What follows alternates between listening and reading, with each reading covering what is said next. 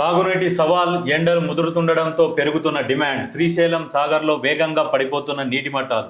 ఇప్పటికే సాగర్ నుంచి సాగునీటి విడుదల బంద్. దాని నుంచి ఏపీ తాగునీళ్లు తీసుకుంటే నీటి మట్టం 510 అడుగుల దిగువకు పడిపోయే ముప్పు. అదే జరిగితే మోటార్లు పెట్టుకొని నీటిని లిఫ్ట్ చేయాల్సి ఉంటుంది.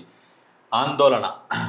గోదావరిలోని శ్రీరామ్ సాగర్, ఎల్లంపల్లి, మిడ్ మానేరు, లోయర్ మానేరులోనూ భారీగా పడిపోయిన నీటి మట్టాలు. హైదరాబాద్కు కావాల్సింది 750 ఎంజీడీలు, ఇస్తున్నది 550 ఎంజీడీలు. రాజధానిలో వాటర్ ట్యాంకర్లు పెరుగుతున్న డిమాండ్. మార్చిలో రోజుకు 7,000 ట్యాంకర్లు, ఇప్పుడు 12,000. మేలో 15,000 ట్యాంకర్లకు చేరనున్న డిమాండ్.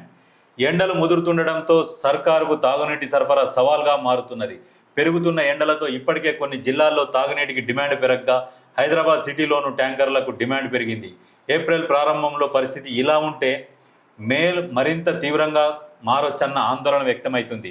మరోవైపు ఇప్పటికే సాగునీళ్ల పేరు చెప్పి శ్రీశైలం, నాగార్జున సాగర్ ఖాళీ చేసిన ఏపీ ఇప్పుడు తాగునీటి సాకు చూపి మరిన్ని నీళ్లను తరలించే ప్రయత్నాలు చేస్తున్నట్లు తెలుస్తుంది.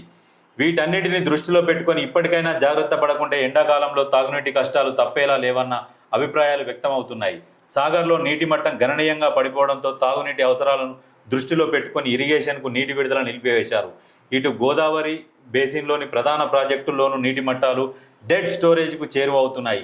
ఈ క్రమంలోనే 2 ప్రాజెక్టులతో పాటు అటు గోదావరి బేసిన్లోని ప్రాజెక్టుల నుంచి జాగ్రత్తగా తాగునీటిని సరఫరా చేయాలనే అభిప్రాయాలు వ్యక్తమవుతున్నాయి. శ్రీశైలం ఓకే, సాగర్లోనే సమస్య. కృష్ణా ప్రాజెక్టుల నుంచి తాగునీటి సరఫరా విషయంలో ఎప్పటిలాగే ఇబ్బందులు తప్పేలావు. ఫిబ్రవరిలో నిర్వహించిన కేఆర్ఎండ్బి మీటింగ్లో శ్రీశైలం నుంచి 822 అడుగులకు దిగువన, సాగర్ నుంచి 515 అడుగులకు దిగువన కేవలం తాగునీటి కోసమే డ్రా చేసుకోవాలని నిర్ణయించారు. కానీ ప్రస్తుతం ఆ 2 ప్రాజెక్టుల్లోనూ నాడు నిర్ణయించిన లెవెల్ కంటే దిగువకు నీటి మట్టాలు పడిపోతున్నాయి. వాస్తవానికి ఇప్పుడున్న పరిస్థితులలో మామూలుగానే వర్షాలు తక్కువ పడ్డాయి లాస్ట్ ఇయర్, గత సంవత్సరం. ఇప్పుడు వాటర్ కూడా ఏ ప్రాజెక్ట్ కూడా సరే నిండలే, డెడ్ స్టోరేజ్ పోతున్నాయి. కాకపోతే ప్రజలు కూడా కొంచెం సహకరించుకోవాల్సి వస్తుంది. ఎందుకంటే నీళ్లు వేస్ట్ చేయొద్దు. అవును, ఈ 2 నెలల్లో మాత్రం ఈ 2 నెలల నీళ్లు వేస్ట్ చేయకుండా కొంచెము ఇంకుడు గుంతలు లాంటివి అలాంటివి ఏమైనా ఉంటే కొన్ని వాడుకున్న వాటర్లు కానీ పోస్తే గ్రౌండ్ వాటర్ ఏమైనా పెరిగే అవకాశం ఉంటుంది.